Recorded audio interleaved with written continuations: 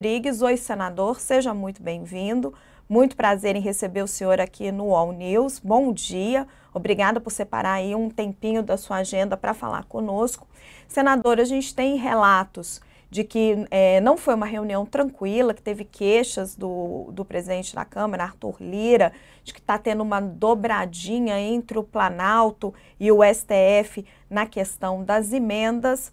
O que a gente quer entender é o seguinte, senador, vai ser possível acabar com o orçamento secreto? Porque dá a sensação de que está se jogando o problema para frente, de que vão se discutir regras, vão se pretender implementar essas regras e vai ficar tudo no mesmo lugar.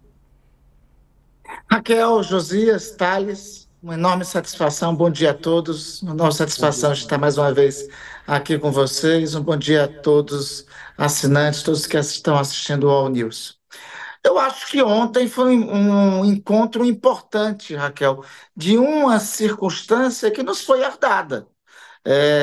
Veja, eu acho que é importante nós historicizarmos que à medida que existe o enfraquecimento do executivo, é que há um, um abocanhar de espaço da parte do legislativo sobre o orçamento. A primeira emenda constitucional que cria orçamento impositivo ocorre no final do governo da presidente Dilma, próximo ao impeachment, quando o presidente da Câmara era o senhor Eduardo Cunha. A segunda emenda constitucional e o avançar do Congresso, do Parlamento sobre orçamento, ocorre durante o governo do senhor Michel Temer, quando este governo tinha sofrido duas denúncias da parte do então Procurador-Geral da República. E, por fim, durante o período passado, durante o governo passado, houve, da parte do governo de ocasião, uma renúncia a cuidar do orçamento público, a cuidar das coisas, a gerir o orçamento público. Por uma razão, porque tinha um governo que não se preocupava em governar, tinha um governo, tinha um presidente da República que levava mais em consideração as motociatas de final de semana do que a necessidade de governar e de cuidar do orçamento. Nós herdamos essa situação e é diante dessa situação que nós estamos buscando sempre fazer as mediações necessárias, como é em uma democracia, com o Congresso Nacional, mas também é, é, é, buscar que o orçamento público seja uma peça que cumpra a lógica do presidencialismo de coalizão fundado na Constituição de 1988, que é um regime presidencialista, né? Nesse sentido, nós aplaudimos o entendimento buscado pelo Supremo Tribunal Federal no dia de ontem. Eu acho que ontem nós tivemos um avanço importante. Veja, Raquel, Josias e Thales. Primeiro, se definiu, por unanimidade pelos ministros do Supremo, que as emendas parlamentares têm que cumprir as mesmas regras do orçamento que estão na Constituição. Ou seja, tem que cumprir as regras de transparência, tem que cumprir as regras de rastreabilidade e de eficiência do gasto público.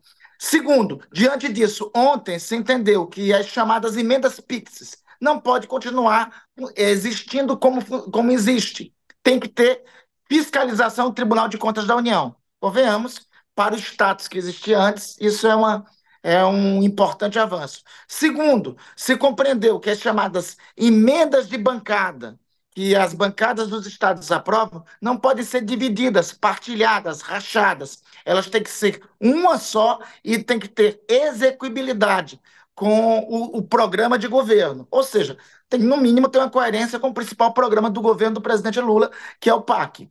E terceiro, se definiu que as chamadas emendas de comissão têm que seguir regras do mesmo ponto de vista coerente com os programas nacionais. Então, acredito que ontem tivemos um avanço. O Josias me perguntava, na última vez que eu estive aqui, se essa pasta tinha como voltar para o tubo.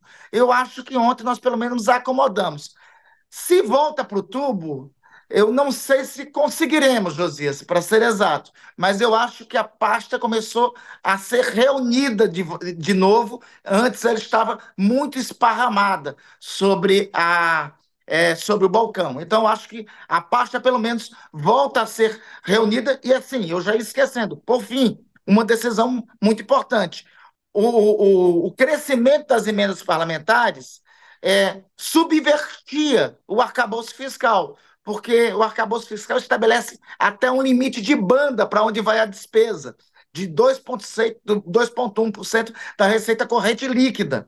E essa regra não existia. O que o Supremo ontem alertou é que o crescimento de emendas parlamentares não pode ser também superior ao arcabouço fiscal. Enfim, esse Agora, conjunto eu senador, considero que é um avanço. em tempos de confusão, né, de grande confusão, quando o Executivo e o Legislativo concordam em alguma coisa, é um sinal de que cada um acha que passou o outro para trás, né? E o resultado dessa primeira rodada de negociação aí entre os poderes sobre o orçamento é uma espécie de mágica sem coelho, né? Houve ali uma mediação do Supremo, o Legislativo e o Executivo fecharam um acordo para decidir que terão que fechar outro acordo em 10 dias. Então, tudo isso que o senhor está nos dizendo aqui, isso precisa ser desenhado em 10 dias. E, essencialmente, tudo ficou mais ou menos do mesmo jeito, né? Todas as medidas foram mantidas, inclusive todas as emendas, né? Emenda individual, de comissão, de bancada, até as emendas PIX, com, evidentemente, com o acerto de que, a partir de agora, tem que apresentar pelo menos um projeto, né? E tem que se sujeitar à fiscalização do TCU. Mas estão lá todas as emendas e o Congresso disse, como o senhor, tem um limite agora, então o Congresso disse, não quero gastar mais, mas também não quero gastar menos. E nós estamos falando de alguma coisa em torno de 50, 53 bilhões de reais. Então está tudo do mesmo tamanho. E essa suposição de que o governo passará a influir, a indicar projetos estruturantes para as emendas de comissão e mesmo as emendas de bancada, esse pressuposto de que o PAC agora vai ser levado em conta por parlamento. Nem o PT levou em conta, né? O governo já tentou fazer isso, nem o PT colocou emendas no PAC, né? Então, o que lhe dá a segurança de que algo vai mudar, e seria conveniente, né? Porque pelo menos as emendas teriam alguma conexão com os grandes projetos do governo federal, que afinal o presidente foi eleito para isso, né? Qual é a segurança que nós temos de que vamos evoluir para esse pequeno avanço? Josias, eu acho que ontem foi. Eu tenho uma avaliação mais otimista. Eu já fui mais cético. Foi você que me perguntou da última vez: tem como essa pasta voltar para o tubo? Eu disse: olha, eu acho muito difícil. Na última conversa que tivemos aqui no All News, você estava mais esperançoso do que eu. Eu hoje estou um pouco mais otimista, porque ontem se estabeleceram balizas importantes. É, o regramento, a existência das três naturezas de emenda é um resultado da Lei de Diretrizes Orçamentárias e da Lei Orçamentária, que é aprovado pelo Congresso Nacional. Bem ou mal, essa é a realidade dada e essa é a realidade que a democracia nos impõe, que temos que seguir. Então, a existência, por exemplo, da chamada transferência especial da emenda PIX está dada. O que ontem conseguiu se ajustar tem que ser fiscalizado pelo Tribunal de Contas da União. Pô, me parece isso assim, quase que a gente está falando que seria óbvio, né? Mas como se Uhum, diz, Josias, aquele poeta, às vezes o óbvio tem que ser dito. Nós tínhamos claro. emendas PIX que não eram fiscalizadas pelo Tribunal de Contas da União. Isso já é um avanço. Apresentação de plano de trabalho.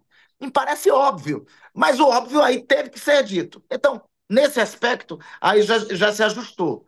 As emendas de bancada, o formato que tinha era uma fraude à emenda de bancada. Porque a emenda de bancada, qual é o sentido? É o Estado, os representantes do Estado membro da União, escolherem, dentro dos programas do governo federal, o que tem mais consonância e tem mais necessidade para o seu Estado membro da União. É algo nobre e algo que deveria ser saudado. Mas, no formato que estava antes, você pegava a emenda de bancada, e em especial estados pequenos, como o meu estado do Amapá, né, dividia entre os 11 membros da bancada. Perdi o espírito da emenda de bancada. E isso foi resolvido. A emenda de bancada volta ao leito do rio natural. Ela tem que ser definida pelo Estado da Federação, em conjunto com o governo federal, apreciado pela bancada dos representantes daquele Estado, para qual objetivo fim, qual programa eleito pode ser destinado.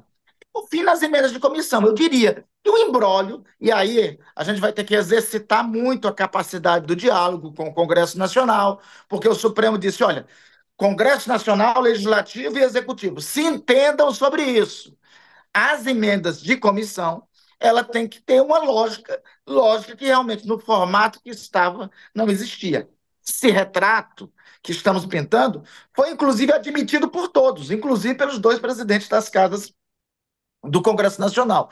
Então, de onde estávamos, eu acho que já avançamos. Nós temos 10 dias aí para buscar um entendimento, alterar a atual lei de diretrizes orçamentárias e ajustar a lei de diretrizes orçamentárias e a lei orçamentária futura para esta realidade determinada pelo Supremo Tribunal Federal, Senador, que é a realidade lógica. Thales. Senador, senador, tudo bem o que o senhor está falando. Agora, os relatos sobre a reunião de ontem mostram que houve algumas arestas graves. O Arthur Lira, por exemplo, protestou quando se falou no caso das emendas de bancada, se falou que seria uma rachadinha, ele não gostou disso. Também ele falou da possibilidade que que as pessoas estavam falando num jogo de 2-1, o governo e o Supremo contra o Legislativo. E tem uma implicação nisso tudo, que é a eleição do presidente da Câmara e do presidente do Senado. No presidente do Senado está sendo dado como praticamente certo o Davi Alcolumbre. Presidente da Câmara, o candidato que tem mais apoio do Arthur Lira seria o Elmar Nascimento. Ambos, Davi Alcolumbre e Elmar Nascimento, são do União Brasil. E mantendo o poder do Arthur Lira, que mostrou a insatisfação dele. Tal é a insatisfação, o poder e a insatisfação do Arthur Lira, que nem o ministro da articulação política, que é ai, meu Deus, fugiu o nome. Padilha. O Padilha pôde participar da reunião, né? Então, eu pergunto ao senhor o seguinte: o governo vai permitir que um partido, União Brasil, tenha presidente da Câmara e presidente do Senado, ou o governo vai, de alguma forma, negociar que não ocorra desta forma? Os dois, a presidência da Câmara e a presidência do Senado, permaneçam na mão de um partido. E vai permitir que o Arthur Lira seja a eminência parda do Congresso? Thales, assim, primeiramente, só assim, me permita só um ajuste. Os representantes do governo no almoço de ontem foi o ministro-chefe da Casa Civil, por uma razão óbvia, a coordenação do governo e a coordenação do orçamento no âmbito do governo pertence ao ministro-chefe da Casa Civil e foi o advogado-geral da União por uma razão lógica. Se tratava de uma reunião no Supremo Tribunal Federal e, no âmbito dessa reunião do Supremo Tribunal Federal, a ação que tratava sobre a questão do orçamento da União tem a representação da Advocacia Geral da União. Então, é por conta disso. Não houve, da parte do presidente da República, nenhuma circunstância política, nenhuma circunstância ou nenhum veto ao ministro Alexandre Padilha. O responsável pela coordenação política do governo é o ministro Alexandre Padilha, a quem eu, o líder Jacques Wagner e o líder Guimarães, nos reportamos e reunimos toda semana em relação a ele. Houve só por conta da natureza da reunião, como se tratava de orçamento e de ações que tramitavam no Supremo Tribunal Federal, o senhor presidente da República entendeu por bem que os representantes deveriam ser os que lá estavam designados. Em relação, senador, só reiterando em relação à eleição da presidência das casas, a orientação do senhor presidente da República aos seus líderes e à sua base é que nós não nos envolvamos na eleição à presidência das casas, é algo que pertence à dinâmica própria do Senado, à dinâmica própria da Câmara. Sobretudo, quando não tem um candidato de oposição colocado. Como você muito bem disse, virtualmente, o favorito para ganhar a eleição para a presidência do Senado, meu colega daqui do Amapá, o senador Davi Alcolumbre, ele é de um partido da base de apoio ao governo, tem 3 ministérios no governo e tem colaborado com as votações que o governo precisa no Senado. E, sobretudo, na Câmara dos Deputados, os 4 nomes colocados como eventuais candidatos, o líder Isnaldo do MDB, o líder Antônio Brito, do PSD, o líder Marcos Pereira, dos Republicanos, e o líder Elmar Nascimento, do União Brasil, são todos de partidos da base de apoio ao governo. Então, o governo, não tendo candidato de oposição apresentado à presidência das casas, o governo vai deixar que a dinâmica própria da sucessão das casas possa transcorrer. Mas o cerne da questão é: o governo vai deixar que sejam dois do mesmo partido? O governo não interferirá, Thales. Quem definirá a dinâmica e como vai ser escolhido, independente do que for, o governo não interferirá. O governo não terá atuação nem na eleição da Câmara, nem na eleição do Senado. É um assunto, pela orientação do senhor presidente da República, cabe a dinâmica própria de cada uma das casas do Congresso Nacional. Raquel. Senador, assim, com todo respeito ao senhor, mas eu acho muito estranho, numa reunião com o presidente do Senado, o presidente da Câmara, que vai tratar de emendas parlamentares, não ter a presença do ministro Alexandre Padilha.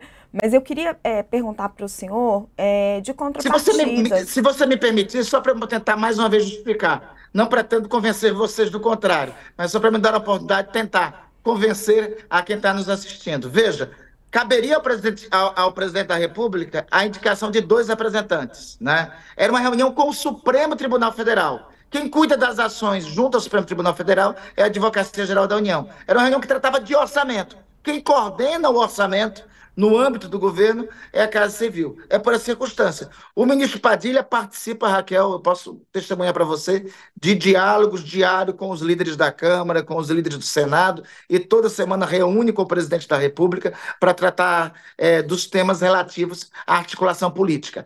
A natureza da reunião não cuidava propriamente da natureza política. Sem querer responder, sem querer convencer, mas tentando aqui argumentar, se assim você me permitir. Claro. Obrigado. Eu queria perguntar para o senhor de contrapartidas, porque existia um clima tenso entre ali os dois poderes, em que o presidente da Câmara ele estava encaminhando projetos para restringir os poderes dos ministros do Supremo, algumas propostas de emenda à Constituição.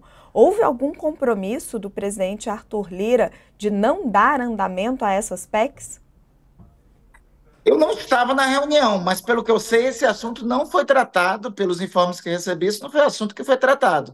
E, obviamente, Raquel, isso aí vai pertencer, assim, a dinâmica de cada uma das casas do Congresso Nacional, seja da Câmara, seja do Senado, tentar, e é da autonomia e da prerrogativa do senhor presidente de cada uma das casas, do presidente da Câmara e do presidente do Senado, definir a pauta dos temas que venham a ser votados.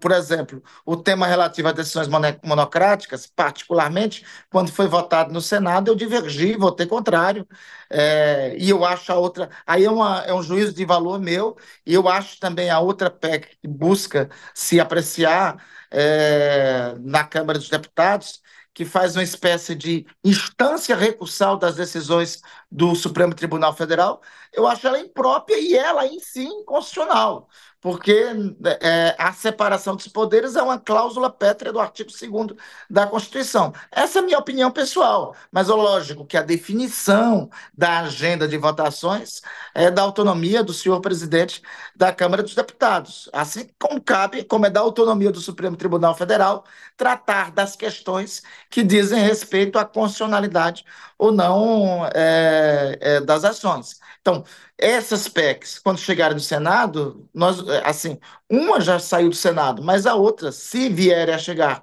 a ser apreciada do Senado, nós emitiremos lá a nossa posição sobre isso. Mas, pelas informações que tem, isso não foi um tema que chegou a ser tratado. Senador, as propostas do governo em relação ao orçamento... Raquel e Josias, só uma coisa, assim, só em relação a um aspecto. Não há 2 poderes contra um. Do ponto de vista do Executivo, do ponto de vista do que o Executivo compreende, o Executivo cumpre o orçamento público conforme deliberado pelo Congresso. E o Executivo também respeita as decisões do Supremo Tribunal Federal no que tange à constitucionalidade. Se todo mundo compreender isso, que cada um tem a sua parcela no nosso desenho constitucional, eu acho que fica mais fácil para as coisas caminharem. Como o senhor esclareceu, senador, as propostas orçamentárias palavra final em relação a elas é dada pelo Legislativo, né? O Congresso aprova. Mas o governo tem prazos, inclusive, para enviar essas propostas ao Congresso. Uma delas precisa ser enviada até o final da próxima semana, né? O que eu queria saber é se essas propostas que estão aí em elaboração no Ministério do Planejamento, no Ministério da Fazenda, já levarão em conta, e nós temos 10 dias pela frente, né, de negociação ainda, se já levarão em conta esses parâmetros. A emenda de comissão tem que ter tais e quais condições, a de bancada também, o governo agora tem uma certa participação na definição dos projetos. Essas propostas orçamentárias já vão com essas diretrizes ao Legislativo e há uma segurança de que elas serão recepcionadas tal como enviadas?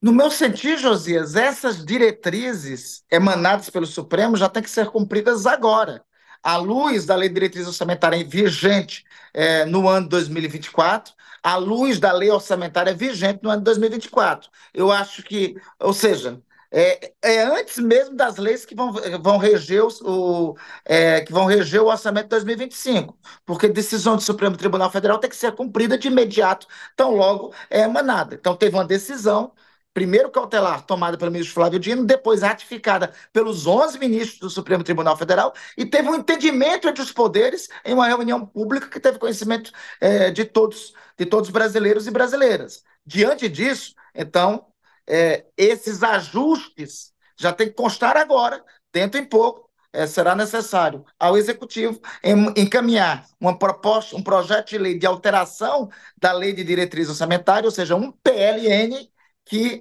adeque o conjunto dos recursos de emendas parlamentares às diretrizes que foram emanadas. Porque, assim, ainda estamos sob a vigência do orçamento de 2024. Veja, nós temos, assim, pelo menos 4 bilhões de reais, salvo melhor juízo, que ainda tem que ser executado de emendas de comissão.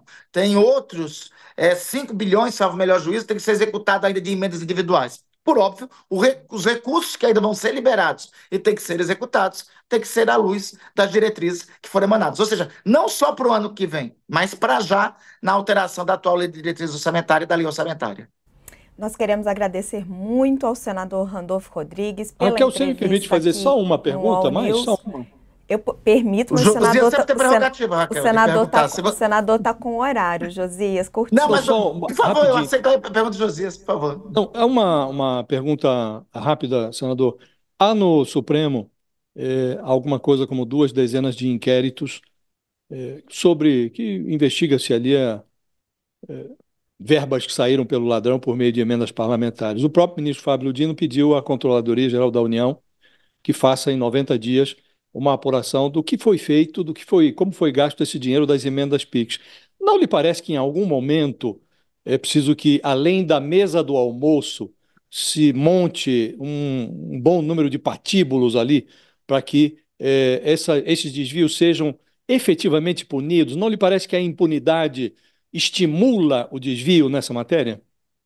Impunidade em qualquer matéria, em qualquer circunstância, seja onde for, favorece o ilícito. Então, o que é ilícito, eu acho, o grande avançar da decisão do Supremo Tribunal Federal é que, Josias, as emendas parlamentares têm que seguir as mesmas diretrizes do restante do orçamento. Ou seja, diretrizes estão na Constituição. Tem que ter transparência do recurso público, rastreabilidade de recurso público, e o recurso público tem que ser fiscalizado para ser executado com eficiência, né? Então, obviamente, qualquer desvio, e sobretudo com essas balizas agora passando a acompanhar, deve ser objeto de apuração. Isso aí é um assunto que já sai da arena da política e tem que caber aos órgãos de fiscalização e controle e aos órgãos policiais. Mas o governo vai tentar insistir em tentar diminuir o montante das emendas? Desculpa, que eu entendi outra pergunta, Thales. Eu perguntei se o governo tem uma baliza, Thales. Se o governo vai insistir em tentar diminuir o montante das emendas. Tem uma baliza ontem que foi importante de ser afirmada.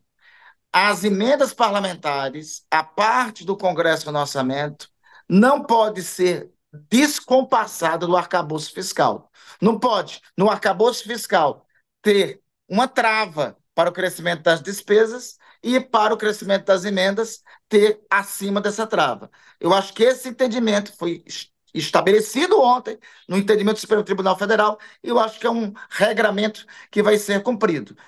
Como eu disse, Thales, isso é uma herança que recebemos diante de um cenário político complexo, de um Congresso que estava, que cresceu sobre a sua participação sobre o orçamento público e com o Congresso, que foi eleito majoritariamente com um perfil diferente do governo eleito. Então, é um desafio para nós fazermos os ajustes necessários. Mas eu creio que foi dado um passo muito importante ontem, sobretudo nesse entendimento de coerência que tem que ter o crescimento das emendas parlamentares para com o arcabouço fiscal. Queremos agradecer muito ao senador Randolfo Rodrigues. Eu que agradeço, Raquel, Thales, Josias, é sempre uma alegria estar com vocês, sempre à sua disposição, Raquel. Muito obrigada, viu, senador? É um prazer recebê-lo. Grande abraço. Senador. Grande abraço. Gente, vamos retornar aqui para o tema das eleições em São Paulo, porque à medida que o pleito vai se aproximando, o assunto vai pegando fogo.